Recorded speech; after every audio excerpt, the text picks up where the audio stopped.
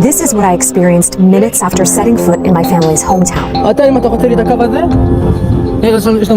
We literally just got here. We went through the first military checkpoint and a bunch of soldiers stopped us, started yelling at us. I'm in the old city of Hebron in the occupied West Bank, a place that once bustled with life. But I'm about to see what Israel's occupation and settlers have done to the heart of this city and to the people who live here. I'm a Palestinian American journalist, and I've spent much of my career reporting on the occupied territories. But Hebron, one of the West Bank's largest cities, is also my roots. My father was born and raised here. I've returned to learn how the occupation has decimated his beloved hometown, a place he hasn't been back to in years. I had a mixed feeling, nostalgia with anger, despair over despair. What can I say? I know it's really hard for him to see this, and so it's emotional for me. So we're officially on our way to Hebron. My team and I are going to Hebron's Old City, which is ground zero of Israeli apartheid. Today, 33,000 Palestinians live in this part of Hebron, which is under full Israeli military control and fragmented by checkpoints, military outposts, and around 1,000 Israeli settlers who live here in violation of international law. اللي حصل في البلد القديمة في مدينة الخليل هي كارثة بندفع ثمنها كل يوم. حياتكم هون صعبة؟ هي صعبة ومستحيل وحدة تقعد محل تجرب تقعد أسبوع. إحنا عايشين هون بس باعتبار السجن. But before we get into all of that, let me back up. It wasn't always like this. This is my dad. He was born in Hebron in 1947. He lived up the hill from the old city where his father and uncle owned a quarry. The year after my dad was born, Israel was established in what Palestinians refer to as the Nakba, or catastrophe. That's because hundreds of thousands of Palestinians were expelled from their homes to clear the way for the creation of a Jewish state. But the West Bank, including Hebron, fell under the control of Jordan. My dad was 19 in June of 1967 when Israel captured the West Bank, Gaza, East Jerusalem, and the Golan Heights, and began a military occupation that still has no end in sight. My dad was in college in Jordan at that time, so he wasn't in Hebron to witness that or to see how Jewish settlers took over parts of the old city. A few years later, he moved to the US for graduate school. I was born and raised in San Francisco and grew up hearing my dad reminisce about his childhood, like how he raised chickens and rabbits on the hill as he watched the vibrant city below. When my family would travel to Palestine in the summers, my dad couldn't come because of work. Now, even though he's retired, he says he doesn't want to return because he refuses to be humiliated by Israeli soldiers. He's only been back to Hebron 3 times. But I'm returning to see with my own eyes what has become of this city that made my father and me who we are today. And that all begins with me actually getting there. It's only about 20 miles from Ramallah where we're starting out. But we can't, as Palestinians, access parts of the main north-south highway because that's reserved exclusively for cars with Israeli license plates. So here's another checkpoint. Instead, we have to take narrower roads and cross through several Israeli military checkpoints. Here's another checkpoint. That means it takes much, much longer to get there. We're finally in Hebron. I'm sure my dad knows these streets inside and out, and he used to walk all over here as a child, so this is literally retracing his footsteps, but it's very different now than when he grew up. Today, many parts of the city are off limits to Palestinians. All right, gonna go through. Because I'm Palestinian, I'm not allowed to enter parts of the old city. So I'm meeting former Israeli soldiers who, I hope, will help me access my family's hometown. Hi, how are you, Ori? Nice to meet you, I'm Dena. Ori and Joel are with the Israeli anti-occupation group Breaking the Silence. They used to serve in the Israeli army, but now they give tours of Hebron to expose the reality of how Israel treats Palestinians. Come here. But before they could even start showing me around, this happened. היא אזרחית ארצות הברית ועיתונאית. אין שום בעיה, הוא צילם עמדה ביטחונית, הוא צריך למחוק את הסרטונים האלה. אני לא צילמתי את העמדה, צילמתי רק אותה. לא, צילמת את עמדה. זה לא משנה, אם היא עמדה ליד העמדה, אתה מוחק... דבר ראשון, אתה מפריע לנו בעבודה, ואתה עמוד שם עם מצלמה. דבר ראשון. עכשיו דוחפתי. יופי, אני דוחף אותו, כרגע הוא מפריע לי בעבודה. My Palestinian film crew, who have the proper credentials, are sadly used to experiencing this kind of nationalistic harassment and taunting. So I've been in the old city for about 5 minutes and we were already stopped by...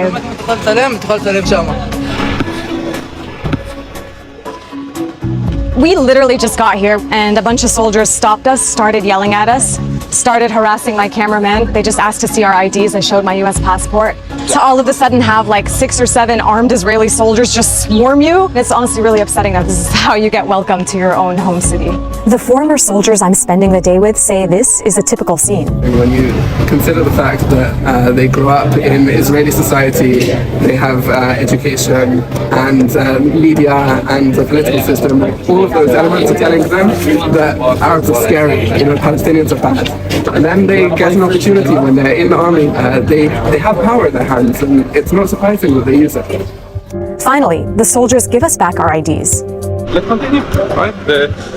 It's a very classic demonstration of one of the elements of the occupation, which is complete arbitrariness, right? And every soldier in the occupied territories has the authority on his own decision to detain anyone for 3 hours. Yeah? So we were not delayed here for 3 hours, and we are going to continue our tour, obviously, but it's an example. But what a way to start the day. I'm about to learn that what I just experienced is nothing compared to what the Palestinians who live here go through every day. كيف الحياة هون يعني شفتك هلا عم بتمر في حاجز. صعب عندنا كثير. This is Fadil, who has lived in this home his whole life. In the 1980s, Israel set up this checkpoint in front of his house. Fadil now has to check in every time he leaves or enters his own home. كيف بضايقوا عليكم؟ زي ما انت شايفه بخلوش قرايبنا يجي علينا. خطر. يعني بنتي متجوزه مين مسموح لها تيجي جوزها لا. واو، وهلا لما بتمرق ايش لازم تفرجيه؟ اسمه ورقم هويتي. وانت بتقدر تمشي هون مش ممنوع؟ بس لحديتي. واو. ممنوع. Fadil isn't alone. Thousands of other Palestinians in Hebron are also forced to pass military checkpoints just to go home. The military also bans Palestinians from using certain streets, as Ori shows me. On that street over there, Palestinians are allowed to walk and open businesses, but not allowed to drive. The yellow street on the map is a street where Palestinians are only allowed to walk, not allowed to drive, and not allowed to open businesses. The streets that we're heading towards are mostly sterile, meaning that no Palestinian in the whole wide world can walk on those streets. If you do one step over here, no Palestinians are allowed here. If we take one step here, here Palestinians are allowed. And I don't know any other word to call this than apartheid. All these restrictions help Israel maintain its hold on Hebron, but they're also in place to protect Israeli settlers. And the ones in Hebron are known for being among the most violent in all of the occupied West Bank.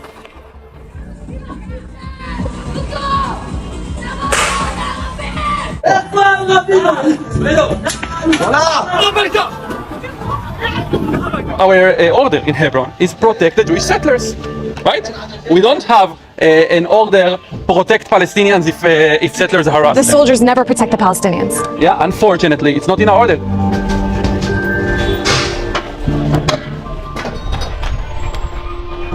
This is kind of a common sight here in the old city. There's a Palestinian family that lives at the end of this alleyway. Above them is an Israeli settlement, and because the settlers throw garbage down at them, they have to put these nets here to protect them. يعني هون لما اجى تقريبا بالضبط اعتقلوني. كنتي هون بالضبط؟ كنت بالضبط هون. لما اجى تقريبا بالضبط هون كنت. The family at the end of the alley is the Sidders. Just a few weeks before I arrived to Hebron, nearby settlers accused their 13-year-old daughter Salwa of picking a knife up off the ground.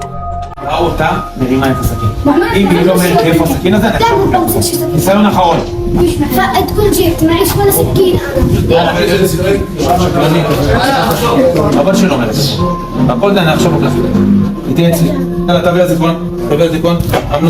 اعتقلوني واخذوني يعني عمري 6 سنة وقعدوا يحققوا معي قعدت ساعة لما حققوا معي لما فلتوني قعدت ساعة لما فلتوني يعني كثير ساعات لما فلتوني وحققوا معي بتخافي يعتقلوكي كمان مرة؟ أنا حسيت إنه وأنا نايمة حسيت إنه دمعي يعتقلوني بنص الليل. So we're standing here and I'm talking to her in front of her home, and every time we hear a noise she looks up, and I asked her, are you afraid the settlers are throwing something down at you? And she said yeah, لأنه بصير كتير إنه بيرموا عليكم. كتير بصير يعني إذا شفناهم بيلعبوا خلاص بدهم يرمونا بدهم يعملوا لنا يرموا علينا حجر وإحنا بنقعد نتفرج عليهم يعني. أولاد المستوطنين. طبعا أولاد المستوطنين يعني أخي صار يحكي لي يطلع محل ألعابهم كيف بيلعبوا وإحنا نفس التقليل ننزل عندهم نلعب قلت لك كيف بننزل هذا احتلال. كمان إحنا ما بنقدرش يعني ننزل من مرة من هون 24 ساعة في الدار يعني زي باعتبار السجن. Just talking to her, it's really you don't feel safe at all. Like, it's not a life that people should or can accept. So how did Hebron end up feeling like a prison for its people? After the Israeli occupation began in 1967, Hebron was among the first places Jewish settlements were built. This illegal land grab captured international attention. Now there's pressure for large-scale Jewish resettlement. And to some people, this looks very much like colonization. Some settlers said they were coming to Hebron because of its sacred place in Judaism, as the burial site of Prophet Abraham and his family. Others said they moved there in response to a massacre of Jews that happened in 1929. That's when rising tensions over European Jewish immigration aimed at turning Palestine into a Jewish state led to violence. More than 60 Jews were killed, and homes and synagogues were destroyed in the ancient city. But even after the settlers moved in, Hebron streets weren't segregated. Then, in 1994, everything changed. An American-Israeli settler armed with an assault rifle entered the Ibrahimi Mosque during Ramadan and killed 29 Palestinians. Palestinian fury as the victims of the mosque massacre are rushed to hospital in Hebron. Doctors say most were shot in the back as they knelt to pray. The shooter was ultimately overpowered by survivors and killed. But today, many Israelis in nearby settlements continue to honor him. In response to this massacre and the unrest that followed, Israel punished the victims, closing off roads and choking the economic lifeblood of this Palestinian city. You know, we're just seeing so many empty houses, empty storefronts, Israeli flags everywhere, soldiers stationed everywhere checking us.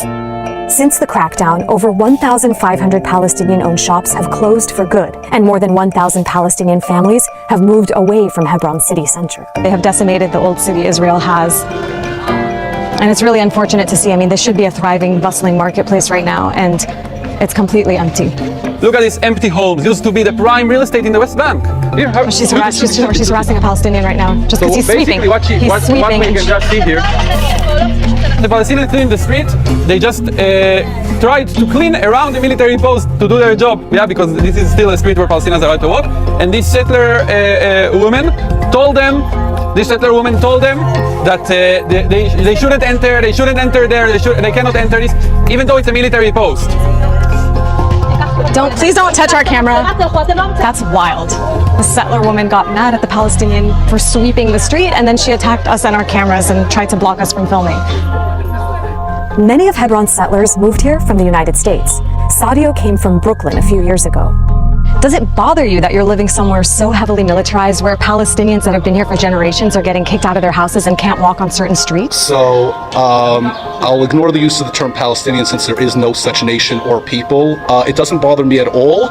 Militarization is a thing happening all across the world. I'm not up to anything and nobody's invading my space for no reason. I don't care. يعني أكثر من مرة الأولاد الصغار كان عندي توم يبغوا في نزل المستوطن كان يدبهم على تحت. يحملهم ويدبهم؟ والله كان يحملهم على تحت. كيف بيعاملوك المستوطنين اللي عايشين هون؟ هون معاملتهم يعني من مرة مش ثانية يعني بعدوا بتفوا بضربوا البنت بتخاف تنزل المرة بتخاف تنزل. أنا قبل كم من يوم أخذت حجر صوان هون انتفخ كمان. مين رمى الحجر؟ المستوطن. So why do you give these tours? It's extremely important to show people what the occupation looks like, because this word is very vague for most people, right? Occupation. And when you see here, when you walk on those segregated streets, you cannot ignore the reality. And I believe that it's my responsibility as someone who took part in it. The minimum that I can do is to try and show people what I was sent to do. I believe that any decent human being who will see this will want this to end. So we're going to attempt to enter Shuhada Street right now. No Palestinians are allowed to be on that street, only Israelis and foreigners. I'm going to enter on my US passport. Of course, I'm originally Palestinian, so we'll see how that goes. While all of Hebron's old city has been affected by the occupation, the most striking example might be Shuhada Street. It used to be the city's most important, vibrant thoroughfare. My dad went to middle school on this road, and his family owned shops here. But in the years following the 1994 massacre, Palestinians have been banned from walking on this street, even if they live on it. So the Israeli military welded these Palestinian doors shut. This is welding. We actually welded shut their doors. We send Israeli soldiers to weld shut those front doors of these families while everyone else who is not a Palestinian can walk freely. This video shows what it takes for one Palestinian woman to leave her home. She climbs her roof and scales back down to the ground to exit on a back street where she is allowed to be. But if you're a Jewish settler, you can walk out in the front of your front door. Yeah. Look at us, not only if you're a Jewish settler. Everyone who is not a Palestinian. إمتى آخر مرة مشيتي على شارع شهداء؟ يمكن من 25 سنة. 25 سنة، يعني كل يوم تطلعي عليه وممنوع. كل ما طلع على امل هو مش هيك كان تبنا بدنا نروح مثلا هاي الكارنتينا بدنا نطعم الاولاد امشي هذا المسافه كلها على الكارنتينا كانت كلها فاتحه المحلات وسوق الخضره والسيارات ما في حدا. This is the old central bus station in Hebron, and they've turned it into a new military base that's under construction there, and behind it is a new settlement. Over here, we can walk and have a look on the old jewelry market. This whole thing is a settlement. This is how absolutely devastated it is right now. Settlers came and just ravaged the whole place and destroyed it. This is the old fruit and vegetable market. It was here, and now what does the sign say, Ori? Now this is a settlement. The old city has suffered. Everywhere you look, there's just deserted shops, deserted homes, destruction, broken windows. And in the middle of it all, there's like schools and settlements and Israeli settlers just living their lives with the full protection of the military. You know, one thing that's really striking being here is how incredibly silent it is. The only sound you hear is the flutter of these little Israeli flags above. I keep thinking about how, you know, I directly descend from here. Not only is it like sad on just a human level, but there's a very personal element to this street as well. I don't blame my dad for not wanting to come back because it's that messed up. So I'm trying to piece together exactly where my dad grew up. You know, I've pieced together that that's where my family's home is.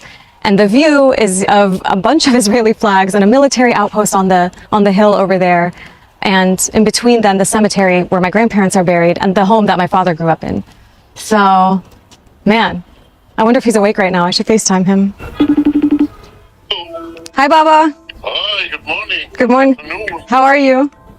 Oh, I'm fine. I want to show you. I think this is where you grew up. Is this? This is Shuhada Street. Yes. Yeah, this is Shuhada. There's nobody here except for some soldiers and a few settlers. It's a total ghost town.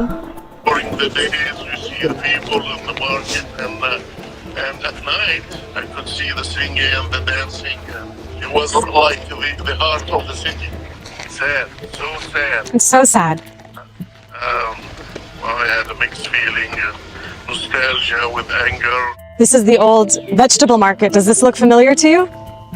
Exactly. I used to go sometimes in the morning in the summer to buy cactus pear. This is despair over despair. What can I say? How does it make you feel showing your dad? I don't know. I feel really sad. Like, he grew up right there. You know, his parents are buried right there. And I know it's really hard for him to see this. And so it's emotional for me. My dad wanted to talk to Ori. Hello, my friend. Hi, nice to meet you. I'm glad you are for peace. We're counting on people like you to expose the lie. I really hope you can be here and visit your childhood home at some point. Really hope. You know what I do? I just keep looking at the pictures over and over again. I am physically in San Francisco, but spiritually and emotionally always in Hebron. I'm curious, how did you feel watching me talk to my dad and then speaking to him yourself? Like sad, responsible, that this is what the place that I grew up in, that I was so proud of when I was a child. This is what we're actually doing to people. And it feels horrible to feel that. What most haunts you and your conscience about what you did in your time as a soldier? For me, it's the routine way we control the Palestinians, right? A Palestinian can wake up in the morning and not know if he will be at work on time, go to sleep, not know if soldiers will invade his home.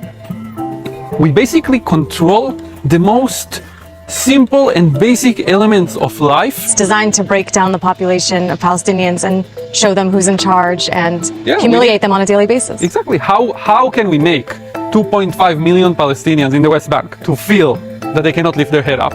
We will make them understand that we control their lives. The segregated roads and the settlements and so forth, they exist all around the occupied territories. Military activity, home invasions, patrols, digital surveillance, they exist here and they exist all over the West Bank. The difference in Hebron is that in a very short walk, we can see examples of all of it. All of it. All of We it. saw all of it. It was a heavy day, but before it ended, I wanted to visit my father's childhood home. As I stood on the roof overlooking the old city, I thought about how the landscape today is completely different from the one he looked out at when he stood in this same spot. And I couldn't stop thinking about everyone I met and the price they're paying for remaining. لسه عمرك تخافي ولا عمرك عينك تخافي. انا بحب بنتي تكون قويه قد حالها. انا قد حالي قويه. يا لما اجي اعتقل بنتي اعطاني درس الاحتلال. اعطاني اياه اذا انت ضابط اسرائيلي تتعامل مع البنتين. شو بدك يكون بيني وبينك السلام؟ انا اقول لك شغله واحده، اذا انا مش حامي حالي يعني انا ماشي هون انا مش حامي حالي، كيف بدي احمي اولادي انا؟ It's hard to shake the idea that this Palestinian father could have been my dad. I could have been Selwa. This could have been my life.